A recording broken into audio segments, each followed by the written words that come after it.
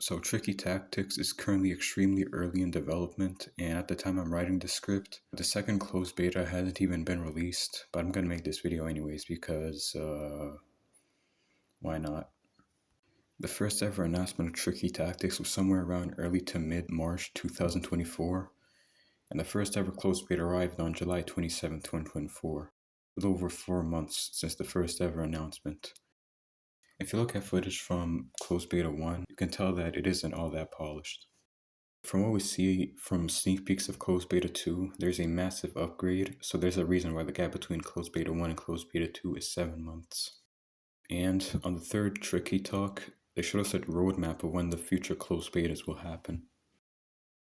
Closed beta 2 in February, closed beta 3 in April or May, closed beta 4 in September or October, and closed beta 5 happening in December.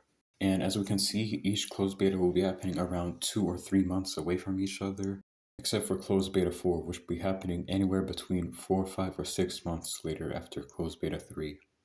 Why is this the case? Well, to understand that, we need to look at what each closed beta will bring us. Closed beta 2 will be testing out just the new tricksters in set 2 and artifacts. Closed beta 3 will be testing only the terrain. Closed beta 4 will be testing out the third set and artifacts. I'm not sure what they will be testing from the new set, whether it's just the new board, the new tricksters, so blame the Tricky Tactics developers for not recording their tricky talks. And closed beta 5 will be testing everything from the previous beta tests, along with a surprise. Alright, so the gaps between most closed betas are around 2 or 3 months, except for closed beta 4, but let's see why the gap between each closed beta is slightly inconsistent. So the gap between closed beta 1 and 2 is 7 months, and I think it's pretty obvious to assume that the reason why this is because, well, closed beta 1 is more of an alpha test. Closed beta 2 is pretty much the developers polishing everything about the game, along with adding and working on other features. The gap between closed beta 2 and 3 is 2 to 3 months, and on closed beta 3 we'll be testing out just the terrain, which makes sense on why the gap isn't that long. I mean, when you compare it to the gap between closed beta 3 and 4 is anywhere from 4 to 6 months, where we'll be testing out artifacts along with all of set 3. I don't think we are testing terrain on this version, since on the roadmap it says otherwise, but who knows. Then finally, the gap between closed beta 4 and closed beta 5 is 2 to 3 months. And we are testing out everything from previous closed betas, along with a surprise. What's the surprise? Well, that's that for 2025.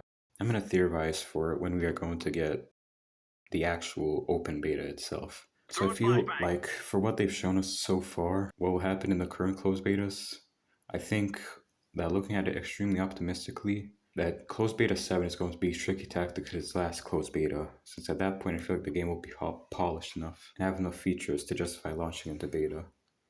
Maybe closed beta 8 could happen, there is definitely a possibility. But if follow the same pattern from before, closed beta 6 would happen early on in the year. Definitely not in January though, since there will be a closed beta test in December 2025.